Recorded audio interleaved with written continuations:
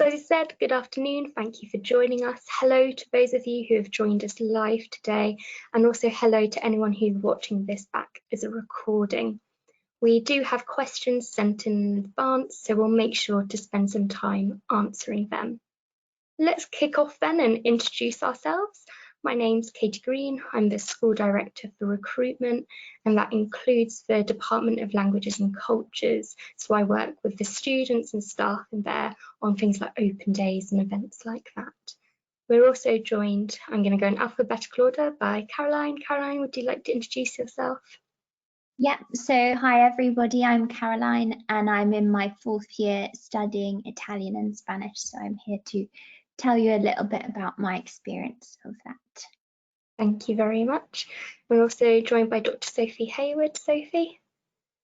Hello everyone, my name's Sophie Hayward and I'm an Associate Professor in French in the Department of Languages and Cultures, and I'm also the admissions tutor for the department, and it's in that capacity that I'm going to chat about personal statements with you today. Thank you, Sophie. And we're also joined by another student, Emily. Hi Emily, do you want to introduce yourself? Hi, I'm Emily. I'm in my final year and I study German at Reading. So if you've got any questions about personal statements, let us know, and hopefully I'll be able to give you my experience from when I was in your position. Yeah, thank you. I know that both of these students have looked back at their old personal statements, so I'm sure they'll be able to give you some advice throughout the session. In terms of what we're going to cover in this video then, we're going to quickly look at what a personal statement is. So if you're just considering starting applying to university, what is a personal statement? Then I'm going to hand over to Sophie, who's going to talk for a bit longer about what languages departments look for when reading your personal statement. And then both Sophie and Caroline will have a look at the experience of writing their personal statements and offer some top tips to you. And then, as I said, we'll go ahead and answer any questions that you have. Right then, this personal statement, what is it? You've probably heard it spoken about quite a lot, and it forms part of your UCAS application to your 5 universities that you can try and apply to. It's made up of about 4,000 characters or 47 lines. To be honest, it's whichever of those things comes first. So think about your line breaks when you are writing it. And it's really a chance to make your application unique. It's the time we get to know you on it. When a personal statement gets sent across to us, it's pretty formulaic in the way that we see your predicted grades, the grades you have achieved, then your education history and any employment history that you have. And this personal statement makes up 2 elements of when we get to know you other than raw data kind of thing. And that also goes hand in hand with a reference that perhaps a teacher or a tutor has written for you. So really do take that time to make sure your personality is shining through in your personal statement. A lot of people apply for some courses, so really explain to that admissions tutor why you should be a good candidate for the course. I'm going to hand over then to Sophie, who is, as she said earlier, one of these admissions tutors who can give you an insight knowledge of exactly what she's looking for when she's reading them. Okay, thank you, Katie, and hello everybody. Okay, so I'm just going to take you through in these slides some kind of first of all some tips that we offer to applicants, and just explain a little bit more what we mean, what I understand by them, because I spend quite a bit of time reading personal statements, and so I'll take you through what I'm looking for and what I see and what I like and so forth. So first and foremost, we've put as our number 1 tip, we want to see your motivation and enthusiasm for this subject. When I'm reading a personal statement, I'm asking myself, will this student be a pleasure to teach, and do I think they're going to really enjoy this course? Will they be able to do it and thrive even? That's what we hope for our students. Am I going to enjoy having this person in my class, and do I think they're going to be a really good languages student? So when I say engagement, what I mean is, I want to see how you've really enjoyed your language learning, what motivates you, and how you've been interested in developing, you know, really pushing your language learning further. So, you know, that can take so many different forms. You know, I've just listed a couple of examples, but I'll go into a bit more detail. You know, that could be showing that you've visited countries where the language is spoken, or have a connection with them. But it can be, you know, it doesn't have to be that you have this wonderful jet-setting lifestyle. It could be that you've watched films or plays, read books or magazines in the target language. I'm going to just cite some examples from personal statements that I've read that have stuck in my head. So I think that's quite helpful to know what has sort of really stuck out for me. You know, it can often, I'll see and really like people talking about how they've worked in jobs and used languages, perhaps as a hotel receptionist or even working in a shop or a cafe or something, and they've noticed and enjoyed using their language skills. It could be that you've enjoyed attending a talk or a study day. I remember one student applying for French and International Relations talked about a study day that their local university had organised on international diplomacy, and how that had really got them thinking about the importance of languages to international diplomacy. And I thought, oh, that's lovely. You know, you can really see this person connecting and really engaging with it. But also, you know, I want to see students enjoying their language study at A-level or in their courses. I always love it when a student demonstrates a real engagement with their class materials, showing how they found a particular topic fascinating, what they learned from it, or a book that they read for class that really got them thinking and explaining to me a little bit about that. Those things really make me think, oh, I'd love to have this person in my class. They would be a lovely student to teach. And so what I'm starting to do here is talk about how it's important to be specific. You know, don't just tell me you like language learning, show me. I want to see.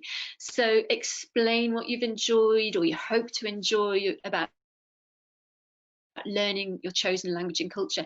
Give me examples. Use evidence and reflection to show me that you're learning, engaging with that language and that topic. That's really what I'm looking for. Okay, so let's flip on to the next slide. Thank you. So learning a language needs constant work. It's like we say, you know, it's like training a muscle if you're an athlete. And what we mean by that is I really want to see that you'll be able to continue working and practicing independently. I'm really looking for students who can have independence and motivate themselves. You know, this is an important point for arts and humanities and beyond subjects generally. University study isn't just about going to your classes, it's about going deeper. It's about your own independent study, going to the library, really enjoying going deeper into a subject. So motivation and an ability to learn autonomously are really key. So what I'm looking for is I want to see that maturity. I want to hear about perhaps how you've juggled jobs and study and motivated yourself, or how you've been using online French radio or something to hone your language skills. You know, how you have kind of how you're getting more out of your school studies already to kind of really show that motivation, that independent learning. I really love reading about stuff like that.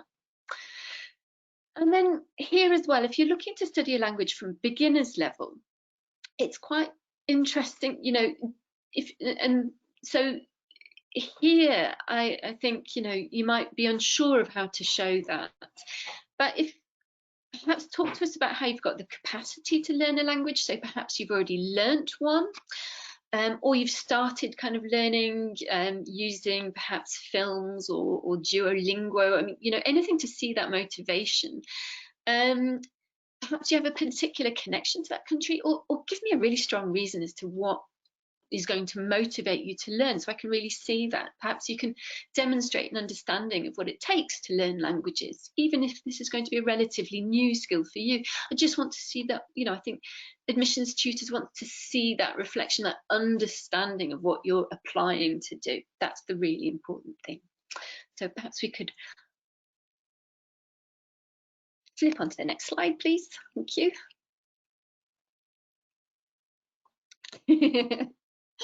And last but not least, if you're thinking of applying to study perhaps 2 languages or languages and another subject, so a joint degree, what I really like to see, and it's important is to show how they link together and how you're aware of that and interested in that, and how studying them together is going to benefit your learning and understanding of both. So I'm just going to select a couple of examples from personal statements that I've read quite recently and stood out for me, and I was impressed by, really impressed by.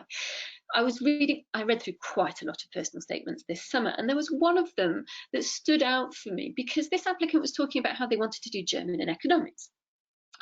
And I loved this personal statement because it was talking to me about the really interesting connections that they were drawing between the two subjects as they were studying them.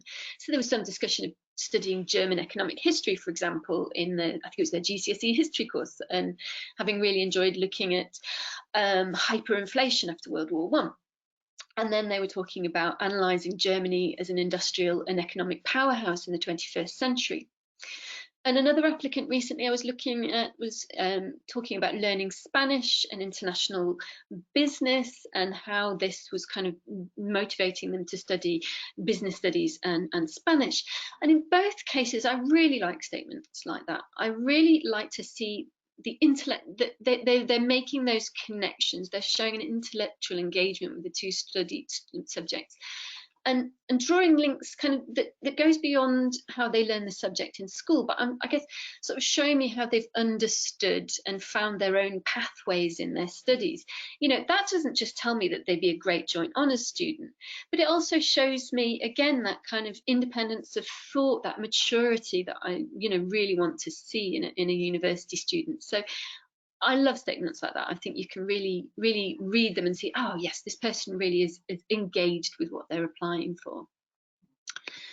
So to kind of sum up this section, in terms of transferable skills that you want to show that that you've got and that we're looking for, certainly I've underscored a lot independence and self-motivation, and they're important for lots and lots of degree subjects, particularly arts and humanities, but also particularly language learning. You're keeping your language learning going, you're practicing and so forth. That's really important. Languages students are also great communicators. It's all about communication and using your language skills, talking to other people. So I want to see teamwork skills, that kind of thing. Talk to me about yourself as a communicator and a team player. That's really interesting. Time management, of course, kind of fits with the independence and self-motivation. But it's also these sorts of skills. I'm fully aware that a languages student is going to have to be really flexible and adaptable. They're going to go and study abroad, work abroad. So that maturity and the kind of independence and ability to be quite flexible and adaptable is something I'm really interested in. And also, of course, critical analysis skills. You're going to be writing essays, doing culture modules. So I want to see as well that you're going to be able to sort of reflect critically on your studies. And that's kind of, I was talking about that with your kind of critical, your analytical, intellectual engagement with the topic. I'm looking for use of evidence. I'm looking for analysing evidence and so forth. That's really, really important. Okay. Thank you so much, Sophie. That was so helpful and really interesting to hear some examples of ones you've actually used as well. I think I'm going to be talking a little bit about the structure. No, it's all right. Actually, I'm going to, perhaps you can help me out if I miss something out then. But it is important as well to see this as a piece of structured writing. You know, it's short, but it really, importantly for that reason alone, it's going to need a structure. I want it to read nicely. So we suggest you open with you have an introductory section where you talk to us about why you've chosen this particular subject. Then you're moving on to a main section where you're really opening up and starting to explain to the admissions tutor what your interests and experiences with the subject are, and structure these in careful paragraphs as well, in separate paragraphs.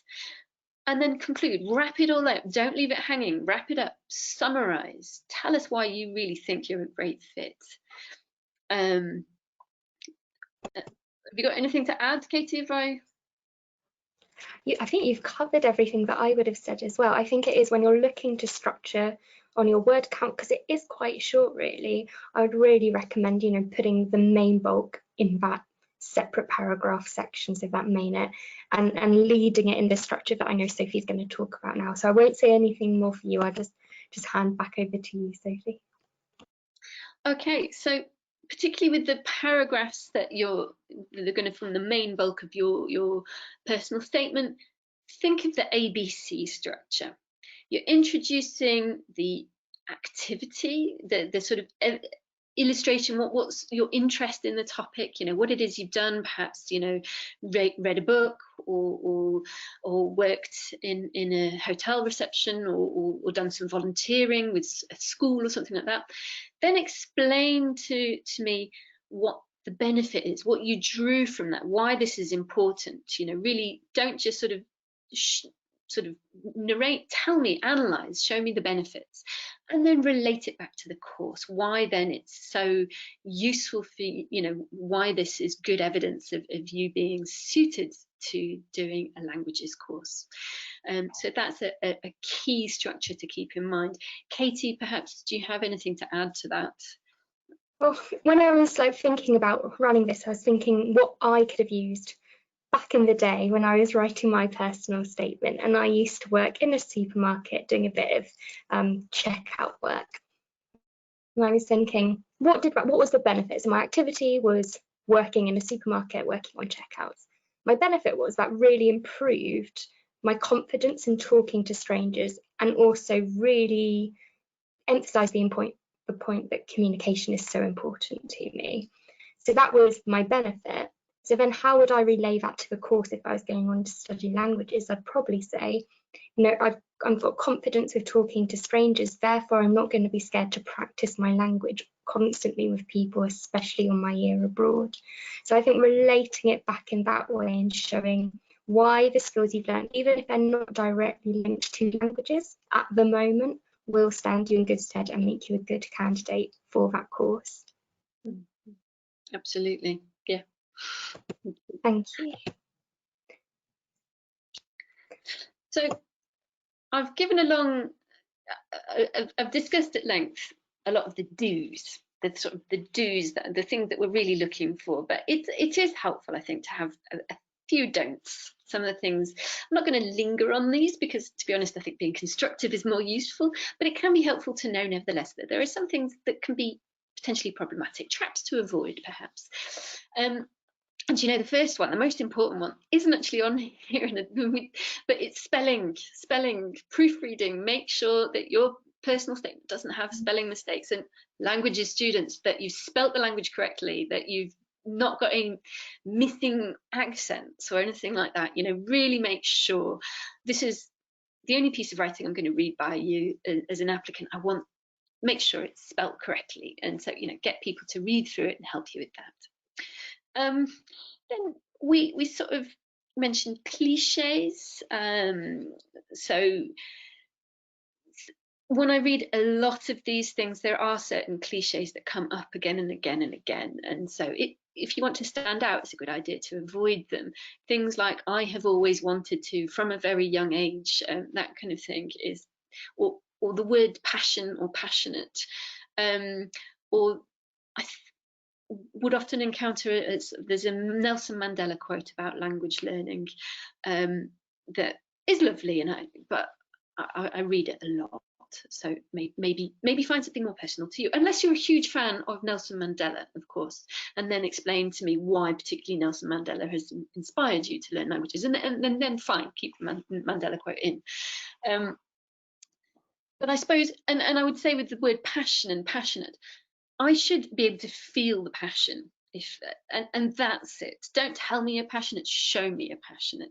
Don't tell me you like languages, show me you like languages. I think rather than saying just, oh, don't include that, I want to really feel it when I'm reading it, so I shouldn't need you necessarily to tell me you're passionate. It should be really obvious. So that's I think the main thing. The other, there are a couple, try to avoid humour and sarcasm because they don't work necessarily in this, and you don't want me to misunderstand or not get the gag. And be positive. This is your chance to talk to us about how fantastic you know, passionate, passionate, how much why you want to do this course. So avoid being negative. This is a really constructive and positive piece of writing, and it's short, so keep it to the point. Don't include material, facts, information that doesn't really bolster your case. That's just because it's short. Don't mention specific universities because you're applying to quite a few. So, you know, that would weaken your application. I'm going to look at it and think, well, I don't think this person wants to come and do our course. And make sure it's your own work, no plagiarism. That's really, really crucial. We want to see that you're going to be a fantastic student, and so you want this to be your own work. And that's it, really. And I think, you know, enjoy it, show us what it is, and really talk to us about you as a student and why you'd be fantastic on this course. And that's, I'm doing a language degree. Okay, and I hope that was helpful. Thank you, Sophie. Great, and I'm now going to stop sharing my screen so that you can see all of our faces again, because I'm sure you would really like to hear from Caroline and Emily, who will be able to talk to you about their experiences and whether they used that Mandela quote or used passionate a lot. So I'm going to hand over to both of you. Emily, perhaps you'd like to kick off. Tell us about your experiences and any top tips you would recommend. Absolutely, thank you, both of you. So yeah, I know how it's, you know, the position you guys are in at the moment. I know it's stressful, kind of writing your personal statements, not really sure. So hopefully this talk can give you an idea, because I would have loved something like this when I was in your position, just to go, yeah, this is what we want, you know, you're doing the right thing. And hopefully you can see from our side now, I've been listening to Sophie and thinking, oh, that's great, because I did that when I was there and that was the right thing, and or maybe I shouldn't have done that instead. So it's great from now being on the other side of the you know, university side, to see, you know, how the universities want you to write your personal statements. Firstly, I'd just say a few tips about the actual the grammar and writing and everything, because as Sophie said, we are languages students. It's always important to have everything written correctly, but especially if you're applying to a languages degree, you need to be, you know, completely have everything correct, spelling, punctuation, grammar. But sometimes when you've been looking at your personal statement for way too long, it's a bit hard to see the errors that you've been, you know, Googling out for hours on end. So definitely I used to send them to all of my teachers. They're always going to be keen to help you, because that's what they're there to do. They're there to support you. So email it to all of your teachers, and then they can just kind of proofread through. If you've got any friends and family that can also read it, whether or not they're doing languages in an academic position, you know, they're going to be able to just see it from kind of a fresh eye. Something else I did, put it into Google Translate or any formatting system, play it out loud, because if you hear it instead, you'll be able to hear where the mistakes are and where the full stop should be and everything, or read it out loud yourself and see if it makes sense when you're saying it. Sometimes reading it backwards, read each sentence at a time backwards, or that kind of thing, helps to just dissect each sentence and make it sound different to how you've usually been reading it through. Just make sure each sentence sounds correct.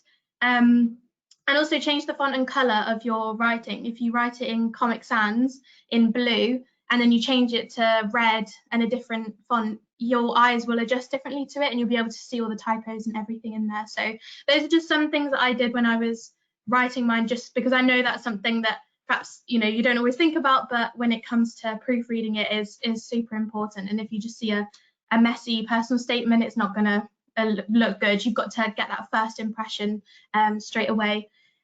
So something for the actual content. So I didn't have many connections to, so I studied German. I didn't have any family or anything connecting me to the country itself. So I had to draw on, I'd been on school trips to Germany, and so I could draw on that experience of having been to the country. But I really had to draw on my content from the class. And actually, I think this really helped me, because I wanted to study it for myself. You know, there was a real reason there why I wanted to study German, and I had to really put this across in my personal statement, and that it was my favourite A-level and why I love studying languages as a whole, that kind of thing. So really why you want to study the language. But something I specifically did more in the conclusion as well is what you can offer the university. So what you're studying currently, what your interests are. So I personally was really interested in the history side of languages and the culture aspect. So I studied, for my A-levels, I did English and history as well. So I could tie in those as I mentioned them and say, you know, they were all essay-based subjects, and the history side of it gave me a real insight into this. So I've been studying this specific time in German history, and then I can kind of offer this in my lectures. I can be from a already academic point of view, that kind of thing. So what you can provide to the university as well, and then what you'd like to learn from them. So what your specific interests are. So I'd never studied politics before, my college didn't offer that, but I knew that Reading had a really great politics side of the languages department. We learn a lot of European history and politics. So I researched obviously as we said, don't tie it to a specific university, but I personally wanted to look at this side. So I mentioned that I could offer the history, but I wanted to learn the politics, and that was a kind of an exchange between myself and the university. Again, something with balancing your life and studies, as Sophie said, pretty much going to take examples from what Sophie said there, but I'm pretty much a workaholic. I like to get involved with everything I can do. So it was more for me about cutting down and trying to make relevant examples. But everything, you can talk about everything that's that you do at the moment. There's always something, an example to draw on. So whether or not you do everything under the sun or nothing at all. For example, one thing I did was during my history A-level, we did an independent study as part of our grade. So I had to write an essay on the Stasi, which was like the German secret police. And this was part of my course. I had to do that. There was no extra thing about that, but that was actually one of the key points of my personal statement, because as we said with the ABC structure, I kind of gave that as an example about why I was doing independent study. Therefore, it benefited me because I was interested in history and I'd learned a bit more and did some more research into that. And then it relates to the course because I can offer the history point of view. So if you don't do anything extracurricular, you know, don't stress that you've not got anything to offer. There's always something you can be doing, and obviously some people don't have access to extracurricular things. Some things cost money to do. So as Sophie mentioned, with the television and you know, radio, there's always free stuff that you can access online. If you've got a Netflix account, or you can go onto YouTube. I you know, watched a lot of kind of like German videos when I was at college. And just you doing that independent research into things is like shows that you're passionate about it, because you're taking your free time to do that kind of thing. So if you're sitting there now panicking, going, I don't do anything, I don't know what to write about, all these examples are great, but I've not got anything, you know, head online, find something in your language that you can write about. Have a research and find something that you're really interested in and what you'd like to study further, and then write about this using our structure that we've given you so far. And then there's also online courses. I think we offer some. When I was studying, they were called MOOCs, but I think there's stuff like Future Learn. There's different university courses that you can take beforehand. And there's always stuff online that you can do. That's kind of my point with that one. And yeah, I think I'll pass on to Caroline. I've got, you know, I could say loads more, but I don't want to take up a lot of time. So I'm sure I'll come back to some more of my points in the questions too. But over to Caroline for some more. Okay, yeah. So I'm going to talk to you mainly about how you might apply, how you might write a personal statement for a course if you're doing maybe joint honours or something that you haven't studied before. So I did both of those, or I still do both of those. So I do Italian and Spanish, which arguably are relatively similar because they're both languages, but again, they're very different. So I needed to write a statement that kind of explained why I was interested in doing both. So I kind of thought about, well, what links the two. So in my case, It might have been a bit simpler because they're both languages.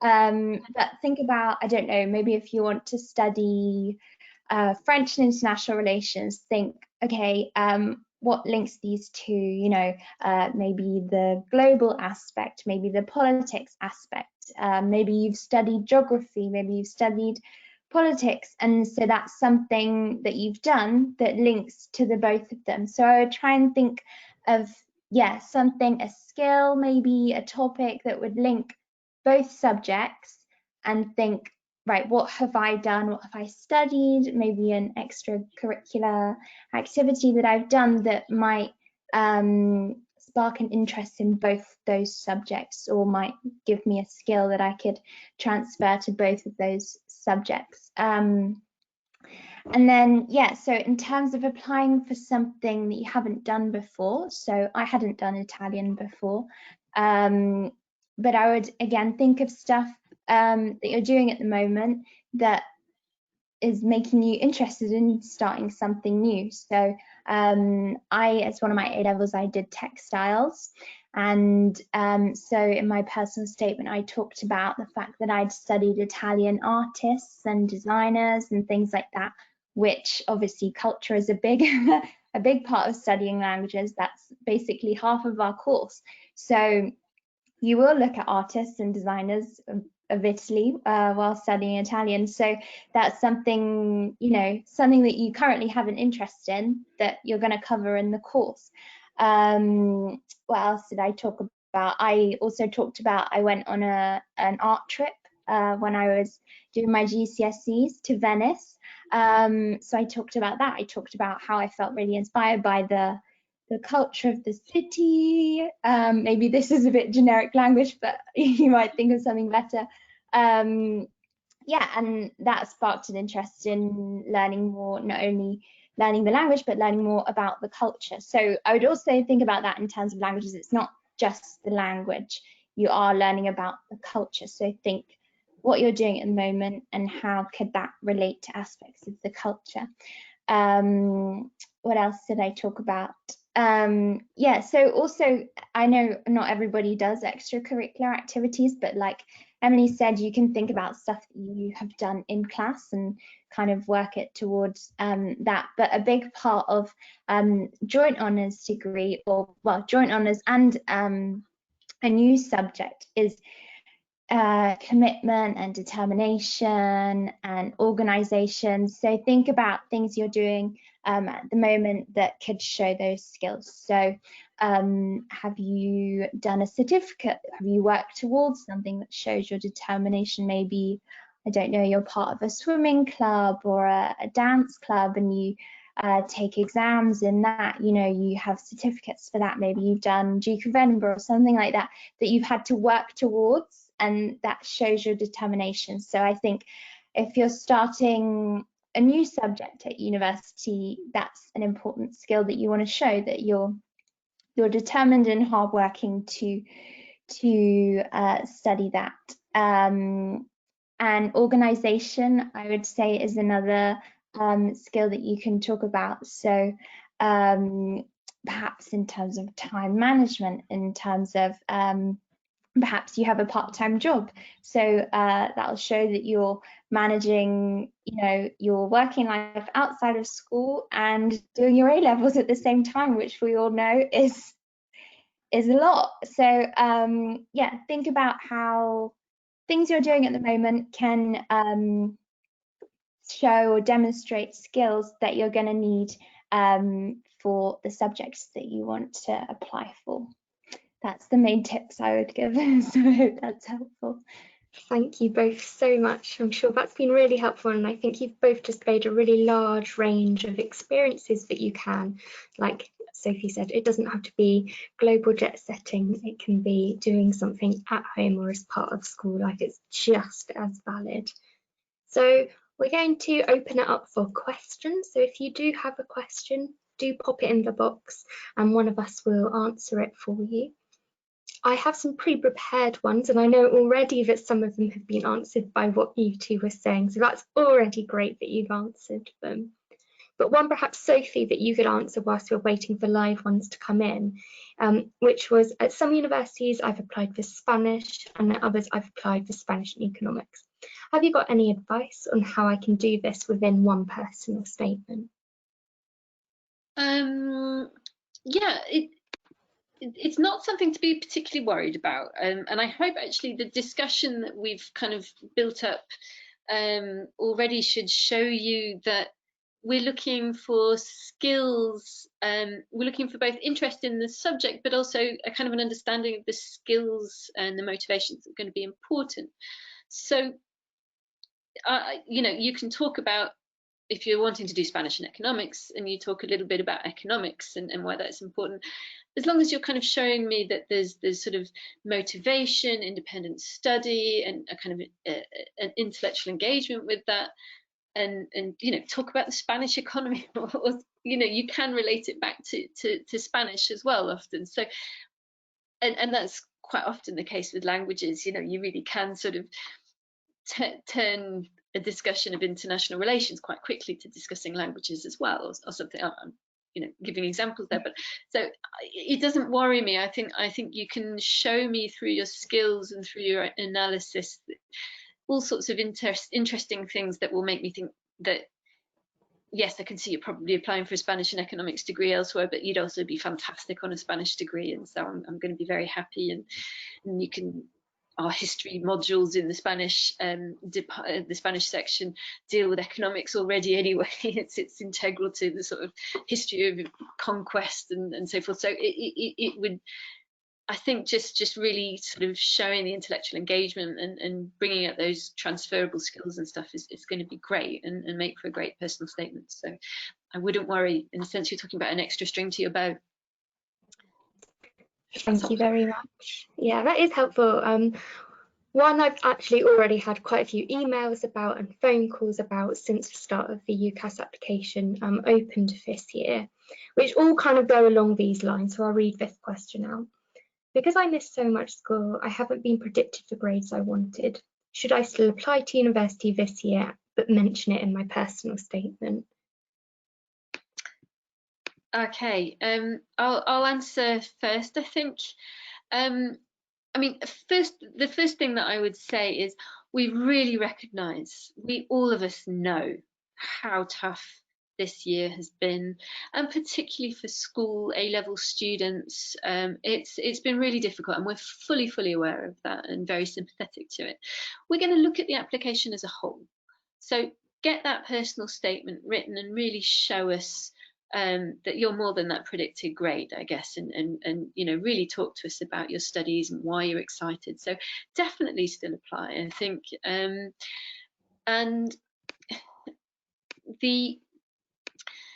you know, it's okay as well to mention this in your personal statement and to talk a little bit about the impact of COVID on your access to studies and so forth.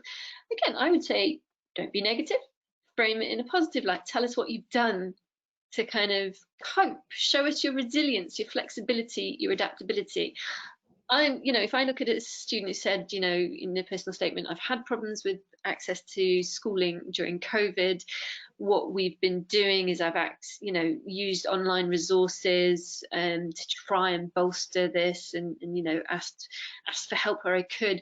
I'm going to look at that and think, there's somebody who could probably do a university degree. You know, that's somebody who's been thinking, who's resilient, who's actively responding to a tough situation. And I would say as well, for a languages student, you know, that kind of go-getting attitude and an ability to admit that things have been difficult and show me how they've coped is going to do well on their year abroad as well. So I'm not put off by it, but phrase it positively. Finally, a serious point as well. If there has been serious interruption to your studies and it has really caused problems, then you can think about following the route of extenuating circumstances. And by that I mean, talk to your school. Does this need to be mentioned in the reference? Do you need to kind of ask, you know, in your application to universities for us to be a bit more lenient on your you know, overlook a bad predicted grade? That's possible. I've done that. I have done that very recently, and I'm fully aware of the COVID situation, and the reference and the personal statement really convinced me, no, I can see what's happened with this student, and I'm very happy. I think they're going to be great on a languages degree programme. So if it's been really difficult, and I know in certain really COVID-stricken areas it's been really tough, we you know, I don't want to turn a good student away because of circumstances beyond their control. Okay, I hope that reassures you, and talk to us as well if you know, talk to your school, really see about extenuating circumstances if necessary. Okay. Thank you very much, Sophie. Emily and Caroline, you did touch on this, but I think there's no harm to reiterate the point, which is how do I relate skills that I've attained to be beneficial for university? And I think following on of that is I've done no work experience or volunteering, so what should I talk about outside school? I think this has been a really difficult year to perhaps obtain work experience. And some people are feeling like if it doesn't exist outside school, somehow it doesn't count. So if you would perhaps talk around those points. Yeah, the main thing I would say is, like we said, think about what you've studied and things kind of within the subjects that you're studying that links to the course you want to study at university. And the other thing I would maybe think is speak to your teachers about, are there things within school that you can get involved in? And maybe you won't be involved before you write your personal statement, but then at least you can put in your personal statement that you're looking to get involved with this. Then that shows some kind of, you know, determination again, that you're keen to get involved in things, although you're not at the moment because you haven't had the opportunity. You know, you are wanting to. Excellent, thank you very much. Emily, did you want to chip in? Yeah, I was going to say as well, obviously at the moment it's tricky in each tier, and you know, wherever we are in the country, it's hard to do different things. Different people can get involved with different things. Definitely look online, because at the moment, even for us as university students, a lot more is opened up online that's available. You don't have to go to Brussels to join in the EU conference for kids anymore. You know, that's all online. There was a thing called the Languages Show the other week that I took part in. It was a webinar online for people interested in languages. There's so much more that's opened up because we're in an online world now that you can get access to for free, and you can talk about that. So like I said about the online courses that I did with the MOOCs, that's all, you know, relevant experience that just shows you're interested outside your subject. If you could maybe set up something, I know languages classes tend to be small at colleges, so there was only a couple of us in my German class, so there's more chance to get involved with stuff because there's less people. I ran a German club for the year 7 to 9 at my school. We were quite a big school with loads of year groups, so I kind of taught them basic German alongside my teacher at lunch times. And you can always do this kind of thing over Zoom if you work with your current language teachers and see if there's anything you could help set up for any of the students. Try and get people at your school interested in languages, that kind of thing. Anything you can do at the moment, any of your skills that you've gained, even in your personal life. You know, I led a group in my drama. When I was at school, I did a drama course, and I had to be the musical director or whatever, and therefore I'm a good leadership and communication, working with everyone. That's a great skill to have as a languages, because you need to be able to communicate with everyone as a languages, you know, professional. So yeah, you can see you can draw on these kind of skills, and as a languages student you need so many of these skills, and I kind of call it more of a communications degree than a, you know, you're learning the language but you're also learning how to communicate with people. So anything you can draw from this is relevant. Thank you very much. I think we've got time for 2 more questions. One of them is very short and I can answer that myself, which is the character count on a personal statement with or without spaces? It actually counts spaces. So do really think about it. It's probably shorter than you realise. I would recommend when you get to that part in your statement, go away, write it down on a Word document, copy it in there, see whereabouts it is on the UCAS form, copy it back out, edit it on the Word, and do that a few times back and forth. Because in my experience, sometimes the character count on Word is slightly different to the character count on UCAS.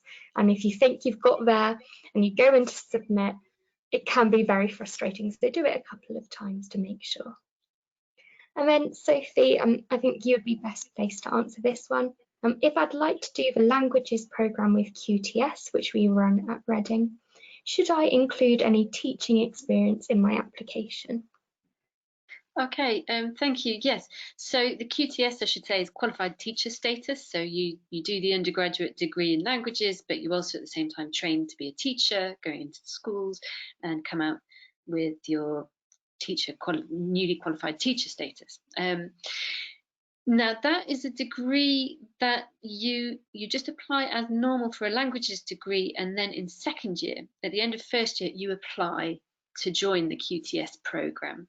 So you don't need to talk about it in your personal statement necessarily. You can indicate that you're interested, but our students apply for that in second year, to join that in second year, sorry.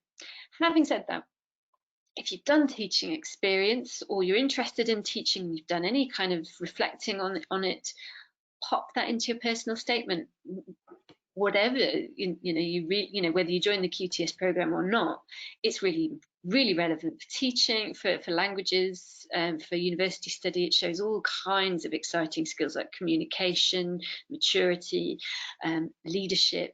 So it's great if you can talk about teaching experience or any kind of voluntary work you've done in schools or any kind of involvement in schools, and particularly because in the year abroad, lots of our students also work on the British Council assistantship schemes, so it can be highly relevant. So if you've got that to put in your statement, that's great, and that's lovely, but it's not essential because it is a slightly separate application process. Thank you very much, Sophie. And then the last question, one snuck in, which is, hello ladies, is it possible to get a recording of this webinar? Absolutely, we're going to be sending it out after this, so within 2 to 3 working days you'll have it. All right, well, we'll end it there then. Thank you very much for watching and being a lovely active audience. And if you're watching this as a recording, in the email which you access this recording of, that will show the link to email myself or Sophie if you've got any questions about language and applying to university. But other than that, have a good weekend when it comes, stay safe, and we hope to see you soon. Good luck. Yeah, good luck. Bye. Bye, good luck.